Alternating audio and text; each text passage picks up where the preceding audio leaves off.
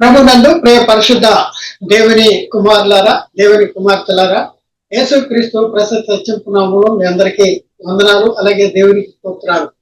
ప్రియులారా, ఎలా ఉన్నారు? బాగున్నారు కదా? చాలా సంతోషం. ప్రియులారా, ఈరోజు మరి మరొక ప్రత్యేక అంశం ద్వారా మీ చేరులోనికి రావటానికి దేవుడు మాకు అనుగ్రహించినటువంటి ఈ గొప్ప ఆధిక్యతను బట్టి దేవునికి మరొకసారి కృతజ్ఞతాస్తులు చెల్లిస్తున్నా. దేవునికి స్తోత్రాలు. ప్రియులారా, ఈరోజు మనము నేర్చుకునే అంశము ఏంటంటే బాప్తిజము యేసుక్రీస్తు నామంలోనే ఎందుకు పొందుకోవాలి, బాప్తిజము యేసుక్రీస్తు నామంలోనే ఎందుకు పొందుకోవాలి అనే అంశంలో ఈరోజు ఉపోద్ఘాతము మనం నేర్చుకున్నాం. ఉపోద్ఘాతాన్ని మనం నేర్చుకున్నాం. ప్రియులారా, మరి ప్రశ్న, బాప్తిజం యేసుక్రీస్తు నామంలోనే ఎందుకు పొందుకొనవలెను? ప్రియులారా, మనము గత తరగతిలో నామము అంటే ఏంటి అనే సంగతి చాలా స్పష్టంగా మనం నేర్చుకున్నాం. నామము అంటే మహిమని, నామము అంటే గుణ లక్షణాలని, నామము అంటే స్వభావము అని చాలా స్పష్టంగా నేర్చుకున్నటువంటి పరిస్థితి మనం చూస్తూ ఉన్నాం. ఇంకా ప్రియులారా, మరి తండ్రి అయిన దేవుని నామమే కుమారుడైన యేసుక్రీస్తు కలిగి ఉన్నాడని, కుమారుడైన యేసుక్రీస్తు కలిగి ఉన్న నామము పరిశుద్ధాత్ముడు కలిగి ఉన్నాడని మనం నేర్చుకున్నాం. ప్రియులారా, ఒక సంగతి చాలా జాగ్రత్తగా పరిశీలన చేస్తాం. నామం అంటే ఆ పేరు మాత్రమే కాదు. నామం అంటే ఏంటి అనేది అది నేర్చుకోకపోతే బాప్తిజాలు ఇచ్చేవాళ్ళు కానీ, బాప్తిజాలు తీసుకునే వాళ్ళు కానీ మరి ఈ సంగతిని అంటే వాళ్ళు తీసుకున్న బాప్తిజాలు సరైనవి కావు. నామం అంటే ఏంటో తెలవకోకుండా బాప్తిజాలు ఎలా తీసుకుంటారు ఒకసారి ఆలోచించండి. ఒకసారి నామం అంటే గతంలో మనం చాలా సార్లు మనం చెప్పుకున్నాం. నామం అంటే మహిమని, నామం అంటే గుణ లక్షణాలని, నామము అంటే స్వభావం అని నేర్చుకున్నాం. ఇది మర్చిపోకూడదు. నామం అంటే ఏదో ఉచ్చారణ మాత్రం కాదు. తండ్రి అయిన దేవుని నామము అంటే తండ్రి అయిన దేవుని గుణ లక్షణాలు, మహిమ, స్వభావము ఎవరు కలిగి ఉన్నారంటే యేసుక్రీస్తు కలిగి ఉన్నాడు. తండ్రి అయిన దేవుని నామమే యేసుక్రీస్తు కలిగి ఉన్నాడు. అలాగే కుమారుడైన యేసుక్రీస్తు కలిగి ఉన్నటువంటి నామమే పరిశుద్ధాత్ముడు కూడా కలిగి ఉన్నాడు అనే సంగతి మనం గతంలో కూడా నేర్చుకున్నాం. దానికి సంబంధించినటువంటి ఒక వచనాన్ని మనం బైబిల్లో చదువుతాం. అంటే యేసుక్రీస్తు తండ్రి నామంలో వచ్చాడు. అంటే యేసుక్రీస్తు కలిగి ఉన్న మహిమ, నామం అంటే మహిమ, స్వభావము, గుణ లక్షణాలు ఎవరి అంటే తండ్రి అయిన దేవునివి. యోహాను సువార్తలో 5వ అధ్యాయంలో 43వ వచనంలో మనం పరిశీలన చేస్తే యేసుక్రీస్తు చెప్తున్న మాట ఏంటంటున్నాడంటే, నేను నా తండ్రి నామమున వచ్చి ఉన్నాను అంటాడు. తండ్రి నామమున వచ్చి ఉన్నాను. తండ్రి మహిమలో వచ్చాడు. తండ్రి మహిమ కలిగి వచ్చాడు అనేసి దీని అర్థము. కాబట్టి ప్రియులరా, తండ్రి నామము ఈక్వల్ టు యేసుక్రీస్తు నామము. అంటే తండ్రి ఏదైతే ఒక నామము మహిమ కలిగి ఉన్నాడో ఆ మహిమలో యేసుక్రీస్తు వచ్చాడు. అంటే తండ్రి మహిమ ఈక్వల్ టు యేసుక్రీస్తు మహిమ. అంటే తండ్రి నామము ఈక్వల్ టు యేసుక్రీస్తు నామము. మనం ఇది అర్థం కావటానికి మనం ఒక అంకెను మనం ఉపయోగిస్తాం.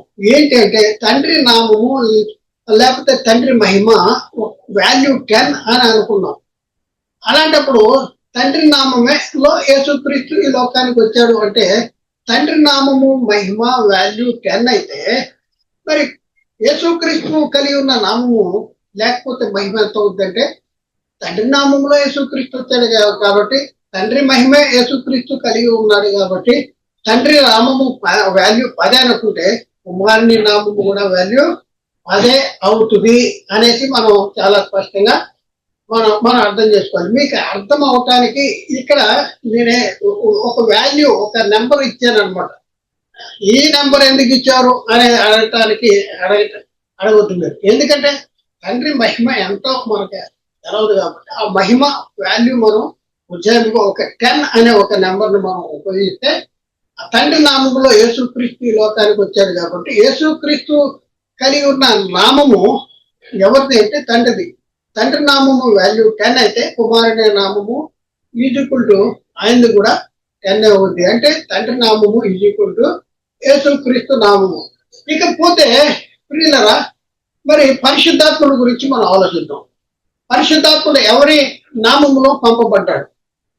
తండ్రి పరిశుద్ధాత్ముడిని ఎవరి నామములో ఈ లోకానికి పంపించారు? ఇది మనం తెలుసుకోవాల్సిన అవసరం ఉంది. పరిశుద్ధాత్ముడు యేసుక్రీస్తు తండ్రి పరిశుద్ధాత్ముడు యేసుక్రీస్తు నామంలో ఈ లోకానికి వచ్చారు. యేసుక్రీస్తు నామమే పరిశుద్ధాత్ముడు కలిగి ఉన్నాడు. యేసుక్రీస్తు నామమే పరిశుద్ధాత్ముడు. ఎందుకంటే పరిశుద్ధాత్ముడు ఎవరి నామంలో వచ్చాడు, ఎవరి మహిమలో వచ్చాడు అంటే యేసుక్రీస్తు మహిమలో వచ్చాడు. ప్రియులరా, మరి దీనికి సంబంధించిన వచనాన్ని మనం చూద్దాం. అంటే పరిశుద్ధాత్ముడు క్రీస్తు నామములో పంపబడ్డాడు అంటే క్రీస్తు మహిమలో పంపబడ్డాడు అనేసి మనం తెలుసుకుంటానికి లేఖనాల్లో ఒక వచనాన్ని మనం పరిశీలన చేద్దాం. యోహాను సువార్తలో 14వ అధ్యాయం 26వ వచనాన్ని మనం పరిశీలన చేస్తే, ఆదరణకర్త అనగా తండ్రి నా నామమున పంపబో పరిశుద్ధాత్మ సమస్తమును మీకు బోధించి నేను మీతో చెప్పవలసిన సంగతులన్నీ మీకు జ్ఞాపకం చేయను. ఇక్కడ మనం చూస్తే ఆదరణకర్త అనగా తండ్రి నా నామములో పంపబో పరిశుద్ధాత్మ. యేసుక్రీస్తు ఎవరి నామంలో పంపబడ్డాడు? తండ్రి నామంలో పంపబడ్డాడు. పరిశుద్ధాత్ముడు ఎవరి నామంలో పంపబడతాడని ఇక్కడ చెప్పబడింది. తండ్రి నా నామములో అంటే పరిశుద్ధాత్ముడిని తండ్రి యేసుక్రీస్తు నామంలో పంపిస్తాను అని అంటున్నాడు. ప్రియులారా, ఇక్కడ మనం చూస్తే యేసుక్రీస్తు నామము ఈజ్వల్ టు పరిశుద్ధాత్ముడి నామం. ఎందుకంటే పరిశుద్ధాత్ముడు ఎవరి నామంలో వచ్చాడంటే యేసుక్రీస్తు నామంలో వచ్చాడు. కాబట్టి యేసుక్రీస్తు నామము ఈజ్వల్ టు పరిశుద్ధాత్ముడి నామం. ఇప్పుడు మనం యేసుక్రీస్తు నామము వాల్యూ 10 అని అనుకుంటే పరిశుద్ధాత్ముడి నామం ఎంత వాల్యూ అవుద్ది? అది కూడా 10 అవుద్ది. ప్రియులారా, చాలా జాగ్రత్తగా ఆలోచించాలి. ఇది ఒక ప్రాముఖ్యమైనటువంటి అంశం.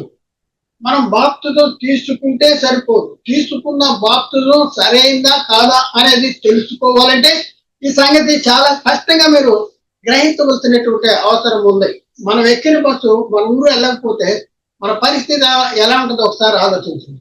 ఈ లోక సంబంధంగా మనం ఎక్కిన బస్సు మన ఊరు వెళ్ళకపోయినా అక్కడ దిగిపోయి వెళ్ళి తిరిగి మన ఊరు వెళ్ళే బస్సుని మనం ఎక్కి మన ఊరు చేరుకోగలం. కానీ మనం ఈ ప్రయాణం చేసేది మరి ఆత్మ సంబంధమైన ప్రయాణం, పరలోక ప్రయాణం. కాబట్టి ఈ ప్రయాణంలో మనము స్పష్టమైన నిర్దిష్టమైనటువంటి సత్యాన్ని గ్రహించి దాన్ని అనుసరించవలసినటువంటి అవసరం ఉంది. ప్రియులరా, యేసుక్రీస్తు నామము ఈజ్వల్ టు పరిశుద్ధాత్ముడి నామము. యేసుక్రీస్తు నామము మనం వాల్యూ 10 అనుకుంటే పరిశుద్ధాత్ముడి నామము ఎంత అవుద్ది? అది కూడా 10 అవుద్ది. 10 ఈజ్వల్ టు 10 అనేది మనం గమనించాలి. అయితే ప్రియులైన సంగతి ఆలోచించండి. తండ్రి నామము యేసుక్రీస్తు నామము, పరిశుద్ధాత్మ నామము, ఈ ముగ్గురి నామాలు ఒకటే. ముగ్గురు ఒకటే నేను చెప్పట్లా. వ్యక్తులుగా ముగ్గురు ఒకరు అనేసి నేను చెప్పట్లా. తండ్రి నామంలో యేసుక్రీస్తు వచ్చాడు, యేసుక్రీస్తు నామంలో పరిశుద్ధాత్మ వచ్చాడు. కాబట్టి ముగ్గురు కలిగి ఉన్న మహిమ ఒకటే అనేది మనం గ్రహించాలి. అంటే తండ్రి మహిమ ఈజ్వల్ టు యేసుక్రీస్తు మహిమ ఈజ్వల్ టు పరిశుద్ధాత్ముడి మహిమ. ఈ ముగ్గురు ఒకే మహిమను కలిగి ఉన్నారు. తండ్రి మహిమ వాల్యూ 10 అనుకున్నాం మనం. అలాగే యేసుక్రీస్తు మహిమ కూడా తండ్రి నామంలో వచ్చాడు కాబట్టి యేసుక్రీస్తు మహిమ కూడా 10 అనుకున్నాం. అయితే పరిశుద్ధాత్ముడి మహిమ ఎంత అంటే పరిశుద్ధాత్ముడు యేసుక్రీస్తు మహిమలో వచ్చాడు కాబట్టి పరిశుద్ధాత్ముడి మహిమ కూడా ఈజ్వల్ టు 10. కాబట్టి తండ్రి మహిమ 10 ఈజ్వల్ టు 10, యేసుక్రీస్తు మహిమ ఈజ్వల్ టు 10, పరిశుద్ధాత్ముడి మహిమ ఈజ్వల్ టు 10. తండ్రి మహిమ ఈజ్వల్ టు 10, యేసుక్రీస్తు మహిమ ఈజ్వల్ టు 10, పరిశుద్ధాత్ముడి మహిమ ఈజ్వల్ టు 10. ఇప్పుడు మనం పరిశీలి తండ్రి యొక్కయు కుమారుని యొక్కయు పరిశుద్ధాత్మ యొక్కయు నామములోనికి అంటే తండ్రి యొక్కయు కుమారుని యొక్కయు పరిశుద్ధాత్మ యొక్కయు నామము అంటే ఈ ముగ్గురు కలిగి ఉన్న నామము మహిమ ఎంత దాని వాల్యూ ఎంత, ముగ్గురు కలిగి ఉన్న నామము మహిమ ఎంత అంటే ముగ్గురిది ఒకే సమానమైన మహిమ కాబట్టి ముగ్గురు కలిగి ఉన్న మహిమ అంటే అది ఎంత అంటే అది కూడా అదే అవుతుంది, అది కూడా 10 అవుతుంది. ఇప్పుడు మనం ఆలోచిద్దాం. తండ్రి నామము ఈక్వల్ టు యేసుక్రీస్తు నామము ఈక్వల్ టు పరిశుద్ధాత్మ నామము.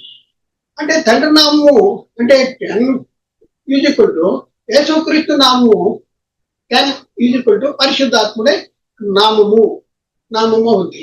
అయితే తండ్రి యొక్క నామము, కుమారుని యొక్క నామము, పరిశుద్ధాత్ముని యొక్క నామము ఎంత? యేసుక్రీస్తు చెప్పాడు కదా, తండ్రి యొక్కయు కుమారుని యొక్కయు పరిశుద్ధాత్ముని యొక్కయు నామములోనికి, నామములలోనికి అనలేదు, నామములోనికి తండ్రి యొక్క నామము, కుమారుని యొక్క నామము, పరిశుద్ధాత్ముని యొక్క నామము ఎంత ఎంత అంటే తండ్రి యొక్క మహిమ ఈక్వల్ టు కుమారుని యొక్క మహిమ ఈక్వల్ టు పరిశుద్ధాత్ముని యొక్క మహిమ ఎంత?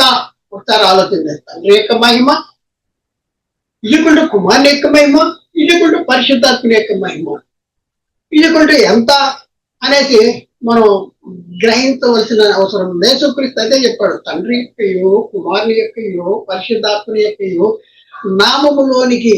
ఆ తండ్రి యొక్క, కుమారుని యొక్క, పరిశుద్ధాత్ముని యొక్క నామము ఏంటి అది అనేది మనం తెలుసుకోవాలి. అది తెలుసుకుంటేనే మనం తీసుకున్న బాప్తిజాలు సరైన బాప్తిజాలు అవుతాయి. తండ్రి యొక్క నామము ఈక్వల్ టు కుమారుని యొక్క నామము ఈక్వల్ టు పరిశుద్ధాత్ముని యొక్క నామము. తండ్రి మహిమ వాల్యూ 10 అని అనుకుంటే యేసుక్రీస్తు మహిమ కూడా వాల్యూ 10, అలాగే పరిశుద్ధాత్ముని మహిమ కూడా వాల్యూ 10. టోటల్ గా ఈ ముగ్గురు ఏ మహిమను కలిగి ఉన్నారు అంటే ముగ్గురు 10. మహిమ ఏంటంటే 10. తండ్రి మహిమ కుమారుడు కలిగి ఉన్నాడు, కుమారుడు మహిమే పరిశుద్ధాత్ముడు కలిగి ఉన్నాడు. తండ్రి మహిమ వాల్యూ 10 అనుకుంటే, కుమారుడు మహిమ వాల్యూ 10 అనుకుంటే, పరిశుద్ధాత్మ మహిమ వాల్యూ 10.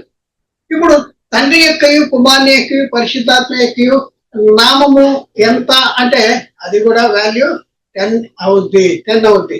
కాబట్టి ప్రియులారా చాలా జాగ్రత్తగా మీరు ఆలోచించాలి. అద్భుతమైనటువంటి సత్యాలు మనం నేర్చుకుంటున్నాం కాబట్టి చాలా జాగ్రత్తగా మనం ఆలోచించండి. ఇది ఎవరిని కూడా వ్యక్తిగతంగా కానీ, సంఘపరంగా కానీ, సంస్థ పరంగా కానీ ఎవరిని తప్పు పట్టుకోవాలని, కించిపరచాలని, మీది తప్పు మీరు చెప్పేది కరెక్ట్ అని చెప్పడానికి కానీ మీరు ముందుకు రావాలి.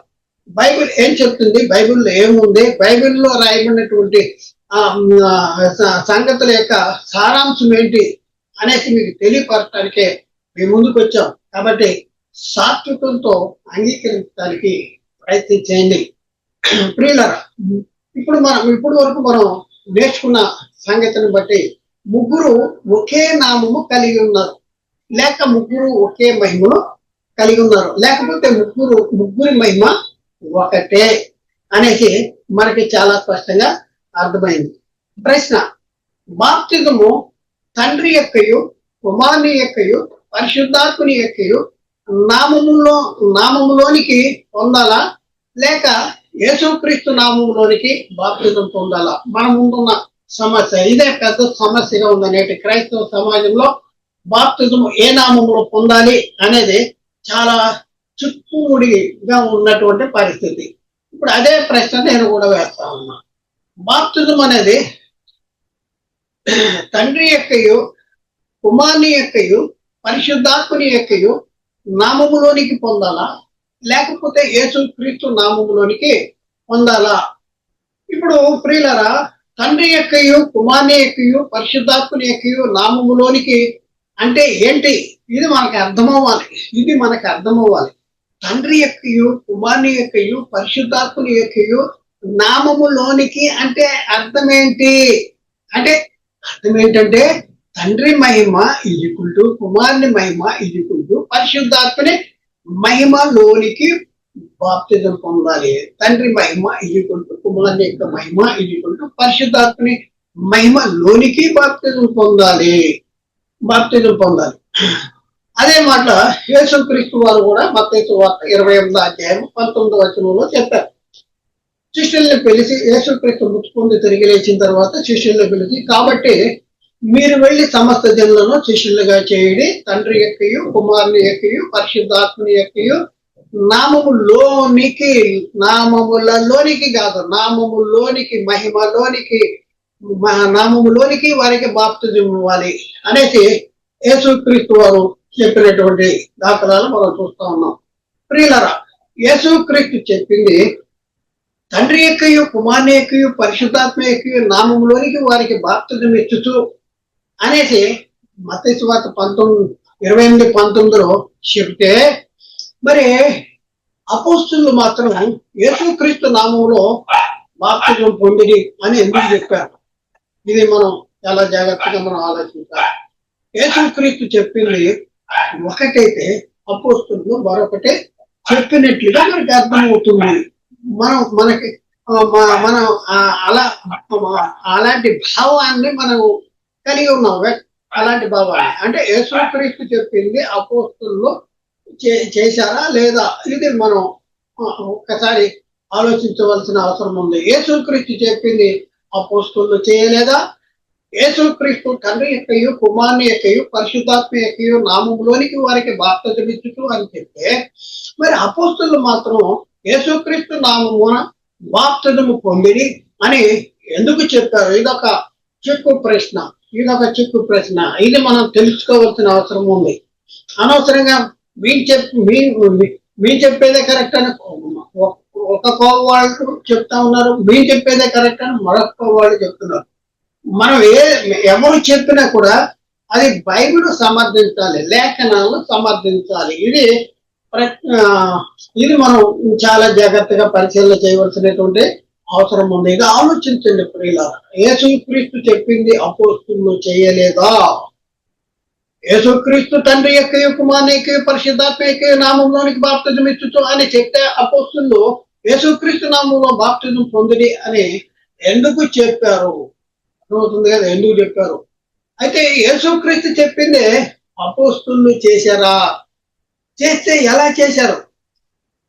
ఒకసారి ఆలోచించండి. యేసుక్రీస్తు చెప్పిందే అపోస్తులు చేశారంటే అవును, యేసుక్రీస్తు చేసిందే అపోస్తులు చేశారు.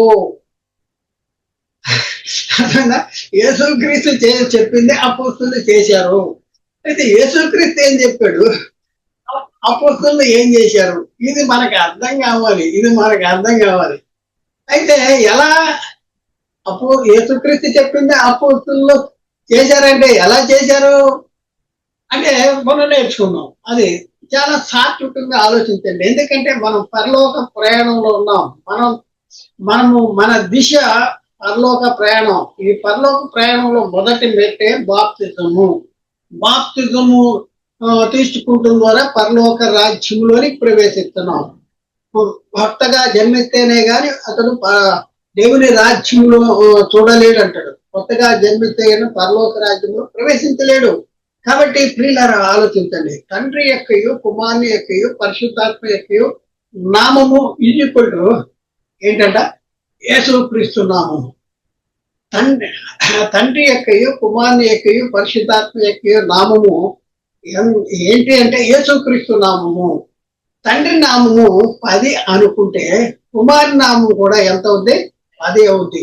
పరిశుద్ధాత్మ నామం కూడా ఎంత అవుద్దంటే అది కూడా 10 అవుద్ది వాల్యూ.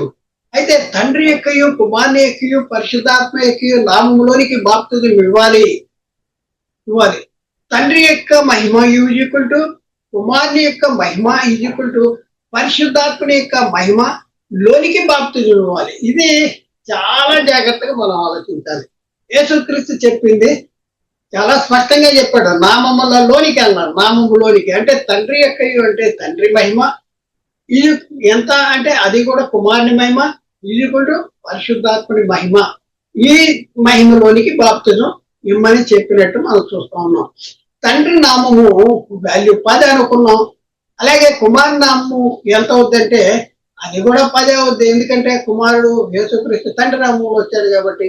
అలాగే పరిశుద్ధాత్మ నామం కూడా ఎంత అవుద్దంటే అది కూడా వాల్యూ 10 అవుద్ది. ఎందుకు అంటే పరిశుద్ధాత్ముడు ఎవరి నామంలో వచ్చాడంటే యేసుక్రీస్తు నామంలో వచ్చాడు. ఈ ముగ్గురు కలిగి ఉన్న నామము లేక మహిమ ఎంత, దాని వాల్యూ ఎంత అంటే 10. ఈ ముగ్గురు కలిగి ఉన్న నామము లేక మహిమ ఎంత అవుతుందంటే అది కూడా 10. అర్థం చేసుకుంటానికి ప్రయత్నం చేయాలి. నేను చెప్పేది అర్థం చేసుకుంటాను. మీరు నమ్మిందే కరెక్ట్, మీరు చెప్పేదే కరెక్ట్, మేము అనుసరించేదే కరెక్ట్ అని అని అనుకోకుండా ఒక్కసారి అర్థం చేసుకుంటానికి ప్రయత్నం చేయమని ప్రాధేయపడుతున్నాను. ఆలోచించండి ప్రియులారా. క్రీస్తు ప్రేమ మమ్మల్ని బలవంతం చేయటం ద్వారా ఈ సత్యాన్ని మీకు తెలపటానికి మేము ప్రయాసపడుతూ ఉన్నాం. ఆలోచించండి, అర్థం చేసుకుంటానికి ప్రయత్నం చేయండి. ఈ ముగ్గురు కలిగి ఉన్న నామము లేకపోతే ఈ ముగ్గురు కలిగి ఉన్న మహిమ వాల్యూ ఎంతంటే 10 అవుద్ది. కాబట్టి ప్రియులరా, అందుకని అపోస్తలులు యేసుక్రీస్తు నామములో యేసుక్రీస్తు నామములోనికి బాప్తిజము ఇచ్చినట్టుగా మనం చూస్తా ఉన్నాం. అంటే ఈ ముగ్గురు కలిగి ఉన్నటువంటి మహిమలోనికి బ్రాకెట్ లో 10 అంటే మహిమ, ముగ్గురు కలిగి ఉన్న మహిమ ఎంత అనుకుంటున్నాం ఇప్పుడు అంటే దానికి ఒక నెంబర్ ఇచ్చుకున్నాం 10 అనండి. అంటే అపోస్తులు యేసుక్రీస్తు నామంలోనికి అనగా ఈ ముగ్గురు కలిగి ఉన్నటువంటి మహిమలోనికి బాప్తిజం పొందమని చెప్పారు. ముగ్గురు కలిగి ఉన్న మహిమలోనికి బాప్తిజం. ముగ్గురు కలిగి ఉన్న మహిమ ఎంత అంటే 10. ఈ ముగ్గురు కలిగి ఉన్న మహిమ సమానము. అంటే ముగ్గురు కలిగి ఉన్న మహిమ ఒకే మహిమను కలిగి ఉన్నారు. తండ్రి మహిమ 10 వాల్యూ 10 అయితే ఈజ్వల్ టు కుమారుడి మహిమ వాల్యూ 10 అయితే పరిశుద్ధాత్ముడి మహిమ కూడా వాల్యూ 10 ఈజ్వల్ టు ఎంత అవుద్దంటే 10 అవుద్ది. అంటే బాప్తిజము ఎవరి మహిమలోనికి పొందుకోవాలంటే ముగ్గురు కలిగి ఉన్న మహిమ సమానమే గనక ఈ ముగ్గురులో ఒకడైన యేసుక్రీస్తు నామములోనికి బాప్తిజం పొందమని అపోస్తలులు చెప్పారు. ఇది గమనించాలి. ఇది ఇక్కడే చాలా చిక్కుముడి విడిపోయింది. ఈ ముగ్గురు కలిగి ఉన్న మహిమ సమానమే గనక ఈ ముగ్గురులో ఒకడైనటువంటి యేసుక్రీస్తు నామంలో బాప్తిజం పొందమని. అంటే యేసుక్రీస్తు నామంలో బాప్తిజం పొందితే యేసుక్రీస్తు మహిమను మనం ధరించుకుంటే ఎవరి మహిమను ధరించుకున్నట్లు అవుద్ది? తండ్రి మహిమను ధరించుకున్నట్టు అవుద్ది. ఎందుకంటే యేసుక్రీస్తు తండ్రిని మహిమలో వచ్చారు కాబట్టి. అలాగే యేసుక్రీస్తు మహిమను మనం ధరించుకుంటే ఎవరి మహిమను ధరించుకున్నట్టు అవుద్ది? పరిశుద్ధాత్ముడి మహిమను కూడా ధరించుకున్నట్టు అవుద్ది. ఎందుకంటే పరిశుద్ధాత్ముడు యేసుక్రీస్తు మహిమలో వచ్చాడు కాబట్టి. ఇది అర్థం చేసుకుంటానికి ప్రయత్నం చేయండి. తండ్రి యొక్క నామము, కుమారుని యొక్క నామము, తండ్రి యొక్క నామము ఈజ్వల్ టు కుమారుని యొక్క నామము ఈజ్వల్ టు పరిశుద్ధాత్ముడి యొక్క నామము. తండ్రి మహిమ వాల్యూ 10 అనుకున్నాం. అలాగే కుమారుని మహిమ వాల్యూ 10 అనుకున్నాం. అలాగే పరిశుద్ధాత్ముడి మహిమ వాల్యూ 10. ఈ ముగ్గురు కలిగి ఉన్న మహిమ ఎంతంటే అది 10 అవుద్ది. అయితే అపోస్తలులు ఏం చెప్పారంటే ఈ ముగ్గురిలో ఒకరైనటువంటి యేసుక్రీస్తు మహిమలోనికి బాప్తిజం పొందమని చెప్పారు. అంటే యేసుక్రీస్తు నామములోనికి బాప్తిజం పొందమని చెప్పారు. అంటే యేసుక్రీస్తు మహిమ ఎంత అంటే అది 10 అవుద్ది. అందుకనే యేసుక్రీస్తు మహిమను మనం ధరించుకుంటే తండ్రి మహిమను ధరించుకున్నట్టు అవుతుంది, పరిశుద్ధాత్ముడి మహిమ కూడా ధరించుకున్నట్టు అవుతుంది. కాబట్టి ప్రియులను ఆలోచించండి. ఈ ముగ్గురు కలిగి ఉన్న మహిమ సమానమే అయితే 10 ఈజ్వల్ టు 10. ఈ ముగ్గురి నామములోనికి అనగా యేసుక్రీస్తు చెప్పినట్లు తండ్రి యొక్కయు కుమారుని యొక్కయు పరిశుద్ధాత్మ యొక్కయు నామంలోనికి బాప్తిజం పొందమని అపోస్తలులు ఎందుకు చెప్పలేదు? ముగ్గురు మహిమ సమానమే అని అనుకుంటున్నాము. ముగ్గురు మహిమ సమానమైతే మరి అపోస్తలులు యేసుక్రీస్తు చెప్పినట్లు తండ్రి యొక్కయు కుమారుని యొక్కయు పరిశుద్ధాత్మ యొక్కయు నామంలోనికి బాప్తిజం పొందమని ఎందుకు చెప్పలేదు? ఇది చాలా చాలా చాలా చాలా ప్రాముఖ్యమైనటువంటి ప్రశ్న. ఈ డౌట్, ఈ సందేహము మీకు తప్పనిసరిగా రావాలి. ఈ సందేహం వస్తే దాని ఆన్సర్ని మీరు గ్రహించగలరు, అర్థం చేసుకోగలరు. ప్రియులారా, ఒకసారి ఆలోచించండి. మరి కొంతమంది ఏం ప్రశ్నిస్తారంటే ఈ ముగ్గురు కలిగి ఉన్న మహిమ సమానమే అయితే ఈ ముగ్గురులో ఒకడు అంటే యేసుక్రీస్తు మహిమ వాల్యూ 10 అనుకున్నాం కదా, మరి ముగ్గురు సమానమైన మహిమ కలిగి ఉంటే మరి తండ్రి ముగ్గురిలో తండ్రి ఉన్నాడు కనుక అపోస్తలులు తండ్రి నామంలోనికి బాప్తిజం పొందమని ఎందుకు చెప్పలేదు? అర్థమవుతుంది కదా. అర్థమవుతుంది కదా. మన ముగ్గురు సమానమైన మహిమ కలిగి ఉన్నారు గనక అపోస్తలులు ముగ్గురిలో ఒకడైనా యేసుక్రీస్తు నామంలో బాప్తిజం పొందమని చెప్పారు అని చెప్పాను నేను. అని చెప్తే దానికి కౌంటర్ గా వచ్చే ప్రశ్న ఏంటంటే, అయ్యారు మీరు ముగ్గురులో ఒకడైనా యేసుక్రీస్తు నామంలో బాప్తిజం పొందమని అపోస్తలులు చెప్పారంటున్నారు, మరి తండ్రి మహిమ యేసుక్రీస్తు కలిగి ఉన్నాడు కాబట్టి తండ్రి నామంలోనికి బాప్తిజం పొందమని అపోస్తలులు ఎందుకు చెప్పలేదు అనే ప్రశ్న వేస్తూ ఉంటారు. నిజమే నిజమే, అలాంటి ప్రశ్నలు రావాలి. ప్రశ్నలు వచ్చినప్పుడే దానికి సమస్యకి మరి సమస్య సాల్వ్ అవుద్ది, ఆ సమస్య సాల్వ్ అవుద్ది. ప్రియులారా, ఇంకో ప్రశ్న కూడా వేస్తూ ఉంటారు, ఈ ముగ్గురు కలిగి ఉన్నటువంటి మహిమ సమానమే అయితే, అంటే 10:10 అయితే ఈ ముగ్గురిలో పరిశుద్ధాత్ముడు మహిమ కూడా 10 కదా. ఈ ముగ్గురులో పరిశుద్ధాత్ముడు ఉన్నాడు గనక అపోస్తలులు పరిశుద్ధాత్మని నామంలో బాప్తిజం పొందమని ఎందుకు చెప్పలేదు? ఇది ప్రశ్న వేస్తారు. అవును కదా, ప్రశ్న మనకి రావాలి. మరి చాలా జాగ్రత్తగా మనం పరిశీలన చేయాలి. మరి కొంతమంది చెప్పేది ఏంటంటే, ఎందుకంటే వాళ్ళ వాళ్ళ ఆలోచనలు బట్టి, వాళ్ళ తలంపులను బట్టి, వాళ్ళు అప్పటికే అనుసరిస్తున్నటువంటి దాన్ని బట్టి, మరి వారికి బోధించినటువంటి గురువులను బట్టి వాళ్ళు కొన్ని కొన్ని మార్గాల్లో వాళ్ళు వెళ్ళిపోతున్నటువంటి పరిస్థితి. అయితే అలాంటి పరిస్థితుల్లో ఉన్నటువంటి వాళ్ళలో కొంతమంది ప్రశ్న వేస్తూ ఉంటారు. యేసుక్రీస్తు చెప్పినట్లు తండ్రి యొక్కయు కుమారుని యొక్కయు పరిశుద్ధాత్మ యొక్కయు నామంలోనికి బాప్తిజం పొందిన పర్వాలేదు. ఏంటంట, యేసుక్రీస్తు చెప్పినట్టు తండ్రి యొక్కయు కుమారుని యొక్కయు పరిశుద్ధాత్మ యొక్కయు నామంలో బాప్తిజం పొందినా పర్వాలేదు. అలాగే అపోస్తలులు చెప్పినట్లు యేసుక్రీస్తు నామంలోనికి బాప్తిజం పొందినా పర్వాలేదు. ఈ రెండు కూడా ఒకటే అనేసి చెప్పేటటువంటి పరిస్థితిలో కొంతమంది ఉన్నారు. ఇంకా కొంతమంది ఏం చెప్తా ఉన్నారంటే, బాప్తిజం ఇచ్చేవారు యేసుక్రీస్తు చెప్పినట్లు తండ్రి యొక్క కుమారుని యొక్క పరిశుద్ధాత్మ యొక్క నామంలోనికి బాప్తిజం ఇవ్వాలి. అయితే ఇచ్చేవాళ్ళు ఎలా ఇవ్వాలి, మరి తీసుకున్న వాళ్ళు ఎలా ఏమని చెప్పాలి అంటే, బాప్తిజం తీసుకున్న వారు యేసుక్రీస్తు నామములోనికి బాప్తిజం పొందాము అని చెప్పాలి అని అంటున్నారు. ఎంత గమ్మత్తు ఉందండి. అంటే ఇచ్చేవాళ్ళంట యేసుక్రీస్తు చెప్పినట్లు తండ్రి యొక్క కుమారుని యొక్క పరిశుద్ధాత్మ యొక్క నామంలోనికి బాప్తిజం ఇవ్వాలంట. మరి తీసుకున్న వాళ్ళు ఏం చెప్పాలంటున్నారు? వీళ్ళందరూ మనోళ్ళు చెప్తున్నారు.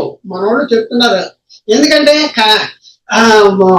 కర్ర ఎరగదు, పావు చావదు. అంటే దానికి స్పష్టత అనేది ఇది ఎందుకు చెప్పబడింది, దీనిలో ఉన్నటువంటి అర్థం ఏంటి అయితే గమనించట్లా. నామం అంటే కేవలం ఉచ్చారణ అనేసి ఆలోచిస్తున్నారు, కేవలం ఉచ్చారణ అనేసి భావిస్తున్నారు కాబట్టి తప్పిపోతున్నారు బాప్తిజ విషయంలో. అందుకనే బాప్తిజం ఇచ్చేవాళ్ళు యేసుక్రీస్తు నామము చెప్పినట్లు తండ్రి యొక్క కుమారుని యొక్క పరిశుద్ధాత్మ యొక్క నామంలోనికి బాప్తిజము ఇవ్వాలని. మరి తీసుకున్న వాళ్ళేమో ఏమని చెప్పాలంట, యేసుక్రీస్తు నామంలోనికి బాప్తిజం పొందాము అని చెప్పాలి అని కొంతమంది చెప్తా ఉన్నారు.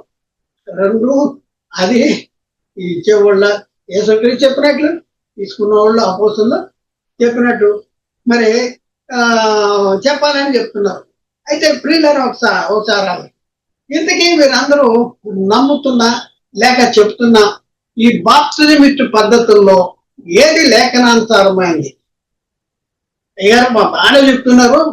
మరి అనేక మంది క్రైస్తవ సమాజంలో ఉన్నటువంటి చిక్కు మూడిది, పరలోకానికి మొదటి మెట్టిది. బాప్తిజం ద్వారా పరలోక రాజ్యంలో చేర్చబడుతున్నాం, బాప్తిజం తీసుకుంటాం వలన దేవుని రాజ్యంలోనికి ప్రవేశిస్తున్నాం. మరి ఇలాంటి పరిస్థితుల్లో ఇలాంటి బాప్తిజం కొత్త జన్మ పునఃస్థితి స్థాపన సంబంధమైన స్నానము, చూడండి, ముందున్న స్థితిని సంపాదించుకునేది పునర్జన్మ సంబంధమైన స్నానము. ఇది బాప్తిజం చాలా ప్రాముఖ్యమైనది. ఇంతకీ మరి మీరందరూ కూడా నమ్ముతున్న మరి చెప్తున్నటువంటి ఈ బాప్తిజం ఇచ్చే పద్ధతుల్లో ఏది లేఖనానుసారమైంది? సార్ ఆలోచించండి. అది చెప్పటానికే నేను మీ ముందు నిలిచి ఉన్నాను. అర్థం చేసుకుంటానికి, చెప్పింది అర్థం చేసుకుంటానికి ప్రయత్నం చేయండి. చెప్పింది అర్థం చేసుకుంటానికి ప్రయత్నం చేయండి ప్రియులారా. అయితే ఇదంతా మనం పరిశీలన చేసినప్పుడు మరి యేసుక్రీస్తు ఏదైతే చెప్పాడో అదే అపోస్తులు చేశారు.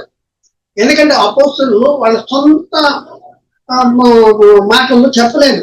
అపోస్తులు వాళ్ళ సొంత బోధన చేయలేదు. అపోస్తులు ఎవరి ద్వారా ప్రేరేపించబడి వాక్యాన్ని ప్రకటించారు? యేసుక్రీస్తు ఏమన్నాడు? పరిశుద్ధాత్ముడు పంపిస్తానంటాడు. పరిశుద్ధాత్ముడు పంపిస్తే పరిశుద్ధాత్ముడు ఎవరికి చెప్తాడని యేసుక్రీస్తు చెప్పాడు. ఆయన నా వాటిలోంచి తీసుకొని మీకు తెలియజేయను, కనుక ఆయన నన్ను మహిమపరుస్తును. ఆయన పరిశుద్ధాత్ముడు నా వాటిలోంచి తీసుకొని మీకు తెలియపరిచాడు. మరి నాకు కలిగినవి ఎవరంటే తండ్రికి కలిగినవని నావే. మరి ఆయన అనగా సత్యస్వరూపమైన ఆత్మ వచ్చినప్పుడు ఆయన నా వాటిలో తీసుకుని మీకు తెలియపరుస్తాడంట. అంటే అపోస్తులు ఎలా చెప్పారు? పరిశుద్ధాత్మని పొందుకుని పరిశుద్ధాత్మ ద్వారా అపోస్తులు ప్రకటన చేశారు. మరి అపోస్తులు చెప్పిన బోధ ఎవరి బోధ? అపోస్తులు చెప్పిన బోధ పరిశుద్ధాత్ముడిది అయితే పరిశుద్ధాత్ముడి బోధ ఎవరిది? యేసుక్రీస్తుది.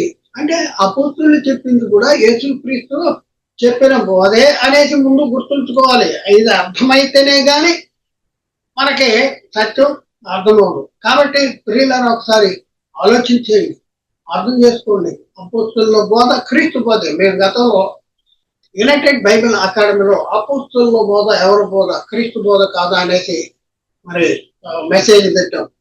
ఇవన్నీ కూడా గతంలో చెప్పేసిన సంగతులే. మీరు యునైటెడ్ బైబిల్ అకాడమీని మరి క్షుణ్ణంగా దాన్ని పరిశీలన చేసుకుంటే మీకు ఇంకా అనేకమైనటువంటి సర్వసత్యాలు, ఇంకా లోతైన సత్యాలు, ఇంకా చాలా వివరణగా మరి అక్కడ ప్రకటించబడింది, తెలియపరచబడింది. కాబట్టి వాటన్నింటినీ కూడా మీరు చూడగలరు. వాటన్నింటిని చూసి సర్వసత్యాన్ని గ్రహించగలరు. మరి ముఖ్యంగా ప్రకటించేటటువంటి వాక్యాలన్నీ కూడా యూట్యూబ్ లో అప్లోడ్ చేయబడుతున్నాయి. యూట్యూబ్ లో యునైటెడ్ బైబిల్ అకాడమీ అనేది ఒక ఛానల్ ఉంటే, యుబిఏ ఆన్లైన్ బైబిల్ అనేది మరొక ఛానల్ ఉంటే, అలాగే సత్య సువార్త ప్రతిధ్వని అనేది మరొక ఛానల్ ఉంది. అలాగే ఎన్ఆర్ఆర్ బైబిల్ క్లాసెస్ అనేది మరొక ఛానల్ ఉంది. కాబట్టి ఈ ఛానల్ని మీరు సబ్స్క్రైబ్ చేసుకోండి. ఈ ఛానల్ని సబ్స్క్రైబ్ చేసుకుని మీరు విన్న మెసేజ్ మరి లైక్ చేయండి, అలాగే అనేక మందికి షేర్ చేయండి. కాబట్టి ఆలోచన చేయండి, అర్థం చేసుకోండి. యేసుక్రీస్తు చెప్పిందే అపోస్తులు చేయలేదంటే చేశారు. మరి ఎలా చేశారు? మరి ఈ సత్యాన్ని మనం నేర్చుకోవటానికి ప్రయత్నం చేద్దాం. కాబట్టి వీళ్ళరా ఒకసారి ఆలోచించేయండి. మరి రాబోయే క్లాసులో బాప్తిజం యేసుక్రీస్తు నామములోనే ఎందుకు పొందాలి అనేది క్లాస్ నెంబర్ 1 నేర్చుకున్నాం. చాలా అద్భుతమైన మెసేజ్ ఇది, చాలా అద్భుతమైన మెసేజ్. ఈ మెసేజ్ మిస్ అయిపోతే చాలా నష్టపోయేటటువంటి పరిస్థితి ఉంది. కాబట్టి రాబోయే క్లాసులో బాప్తిజం యేసుక్రీస్తు నామములోనే ఎందుకు పొందవలను, ఇది మనం క్లాస్ నెంబర్ 1 అనేది మరి నేర్చుకుంటానికి ప్రయత్నం చేద్దాం నెక్స్ట్ క్లాస్ లో. మరి విన్న ప్రతి ఒక్కరి హృదయంలో దేవుని వాక్యము నీరుగట్టి ఫలింపు చేయునుగాక. ఆమేన్. అందరికీ వందనాలు, దేవునికి స్తోత్రాలు.